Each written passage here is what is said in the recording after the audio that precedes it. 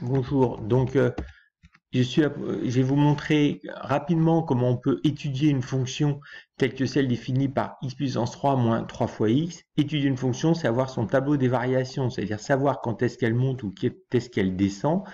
Et la méthode, c'est pour cela de déterminer d'abord le signe de la dérivée. Alors pour ça, il faut calculer la dérivée. Et là, j'ai simplement utilisé le fait que la dérivée de x puissance 3, c'est 3 fois x carré, et puis que la dérivée de moins 3 fois x, c'est moins 3. Alors, une dérivée, ça se factorise toujours. Donc là, il y avait un 3 dans chacun des membres, je l'ai mis en facteur.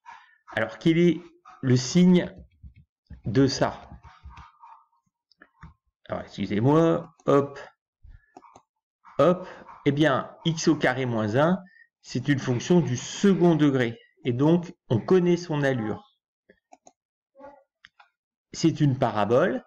Et puis, là, il ne faut pas être grand clair pour voir que elle coupe l'axe des abscisses quand x égale 1 ou moins 1. Donc ici, les valeurs étaient faciles à trouver.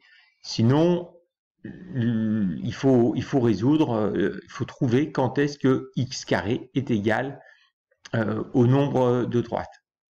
Donc, comme on sait que c'est une parabole grâce au cours sur le second degré, on sait qu'elle est d'abord positive, négative, positive. Et donc, on peut remplir le tableau de signes de la dérivée ainsi. Le moins 1, ici, c'est lui. Le 1 ici, c'est lui. Et donc, de nouveau, plus, moins, plus, exactement comme le signe ici. Il n'y a plus qu'à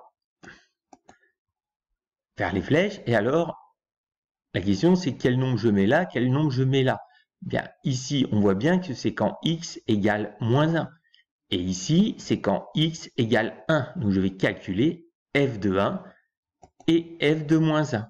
Donc, je les calcule en remplaçant dans les formules ici, le x par 1. 1 au cube, ça fait 1. Et puis donc, 1 moins 3 fois 1, ça donne moins 2. Il n'y a plus qu'à vérifier en utilisant GeoGebra. Ah oui, j'ai bon. Ça monte. Vous voyez, en moins 1, la valeur atteinte est bien 2. Et puis, après, la courbe est décroissante. Exactement, jusqu'à la valeur de moins 2. Exactement ce que l'on avait prévu.